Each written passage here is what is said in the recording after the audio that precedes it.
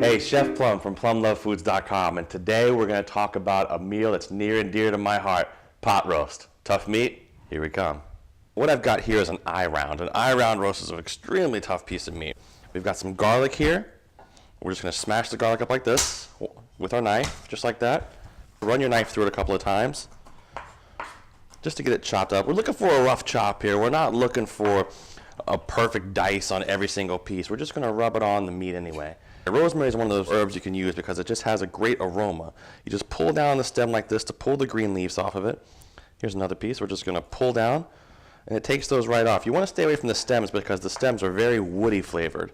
And once you get it pulled off, just run your knife through it a couple of times like this. Rosemary is one of those herbs that always tends to remind me of the holidays. The next herb we're going to use is a little bit of sage. Just put the leaves together, slide your knife through it. Don't press, slide. That's why a sharp knife is so important. Here we are. And I've got some onions here. The onions are going to help add a lot of flavor to the mix in the oven, so we're just going to slice them in half. And then I will actually cut them lengthwise like this. Again, no rhyme or reason, just a rough chop on there. Doesn't have to be super pretty. Here's our eye round roast. Most important thing you could do, season it. Just going to liberally put it over the meat like this. Very liberally. Then we're going to take some of our herbs and kind of rub them on there, and a little garlic on there. Garlic is really interesting. If you rub a piece of garlic, this is a great experiment, on the bottom of your foot, in an hour, you'll actually taste it in your mouth. So we're going to take our pan, we're going to put our meat in here just like this, toss our onions in,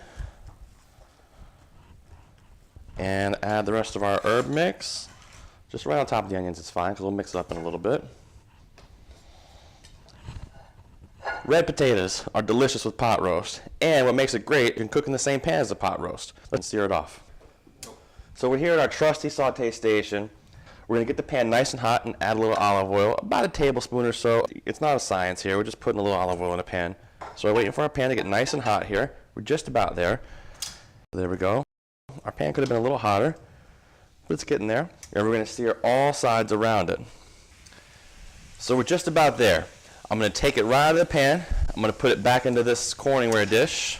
And then we're going to take all this goodness here, dump it right in there. All the onions in there are also going to help it retain a little moisture as it cooks. Potatoes. Same pan. We'll add a little more black pepper, just because it looks like it needs some. And then we're going to pop it right in the oven. You probably want to cover it with some tin foil, or if you're not going to cover it, just keep an eye on it for a while. Let's pop it in, and we'll check on it in a little while. So we pulled our pot roast out of the oven, took it out of the pan. The pan's never really that pretty to look at, so we pulled it right out of the pan, put it on the plate with our nice whole potatoes here, as you can see. Our jus that was in the bottom of the pan from when we cooked it, pour it right on top, and look at that. When you got it done, look how tender that is. Look at that. That's fantastic. Pot roast sandwiches for the next week around at my house. I'm Chef Plum with PlumLoveFoods.com, and that is how you make a pot roast in the oven. I'll see you next time. Pot roast was good.